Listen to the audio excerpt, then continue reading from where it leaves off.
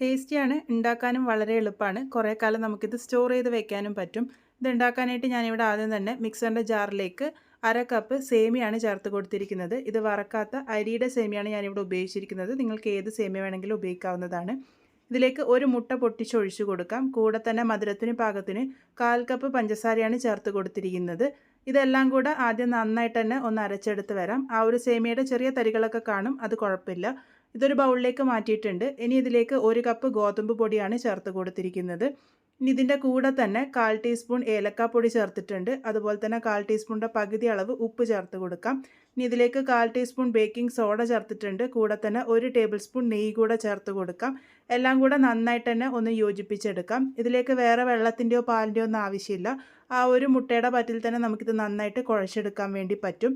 ഒരല്പം ടൈറ്റ് ആയിട്ടുള്ള കൂട്ടാണ് നമുക്ക് ആവശ്യമായിട്ടുള്ളത്. നിങ്ങളുടെ കയ്യിൽ സേമിയ ഇല്ലാന്നുണ്ടെങ്കിൽ അതിന് പകരം റവ ഉപയോഗിച്ചും ഇത് തയ്യാറാക്കി എടുക്കാവുന്നതാണ്. അപ്പോൾ ഞാനിപ്പോൾ ഇവിടെ കൂട്ട് നന്നായിട്ട് തന്നെ കുഴച്ചെടുത്തിട്ടുണ്ട്. ഒരല്പം ടൈറ്റ് ആയിട്ടുള്ള കൂട്ടാണ് നമുക്ക് ആവശ്യമായിട്ടുള്ളത്. ഇതിപ്പോൾ പാകത്തിന് റെഡി ആയിട്ടുണ്ട്.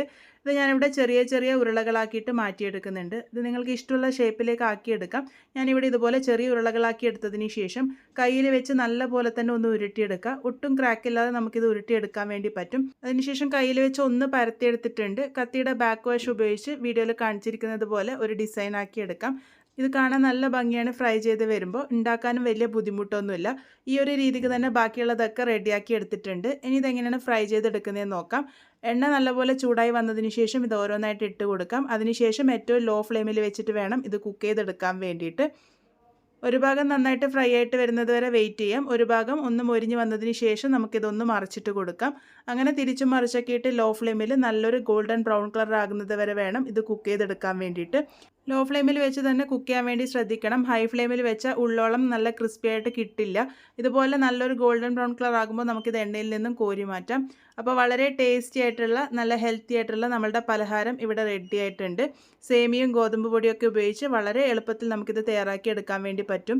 നല്ല എയർ ടൈറ്റ് ആയിട്ടുള്ള പാത്രത്തിൽ സ്റ്റോർ ചെയ്തെടുക്കുകയാണെങ്കിൽ കുറേ കാലം നമുക്ക് സ്റ്റോർ ചെയ്യാനും പറ്റും. എന്തായാലും ട്രൈ ചെയ്ത് നോക്കൂ. ട്രൈ ചെയ്ത് ഫീഡ്ബാക്സ് ഒക്കെ പറയണേ.